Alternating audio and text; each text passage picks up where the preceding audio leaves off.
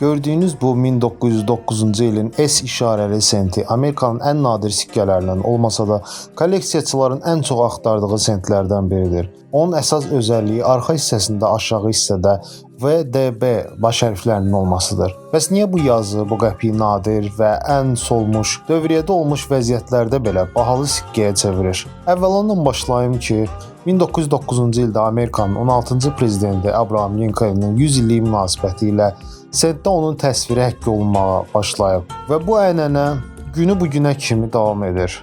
Dizaynı hazırlayan Victor David Brenner özünün də tarixə düşməsi üçün öz inisalları, yəni VDB-ni qəlibin dizaynın arxa üzünün aşağı hissəsinə həkk etməyə qərar alır. Ancaq Amerikada ictimai narazılıqlardan sonra ABŞ zərbəxanası sonradan həmin VDB yazısını dizaynla çıxarmağa qərar verir. Ona görə VDB yazısı ilə çıxan nümunələr çox az sayda qaldığı üçün rəngi solmuş, cızıqlı, yarıqlı, patinalı vəziyyətdə belə nominal qiymətindən dəfələrlə baha qiymətə satılır. Qırmızı parlaqlığı qorunub saxlanılmış, dövriyyədə olmamış, yəni MS nümunələrinin qiyməti isə adamı matmətdə qoyur. Ən bahalı nümunələrdən biri PCGS şirkəti tərəfindən MS67 qırmızı dərəcəsində sertifikatlaşdırılıb. Bu möhtəşəm sent 2022-ci ildə Stack's Bowers hərrac evində $168.000, bizim pulla təxminən $285.000 manata çəkici altına gəlib. Videonu bəyənməyi unutmayın.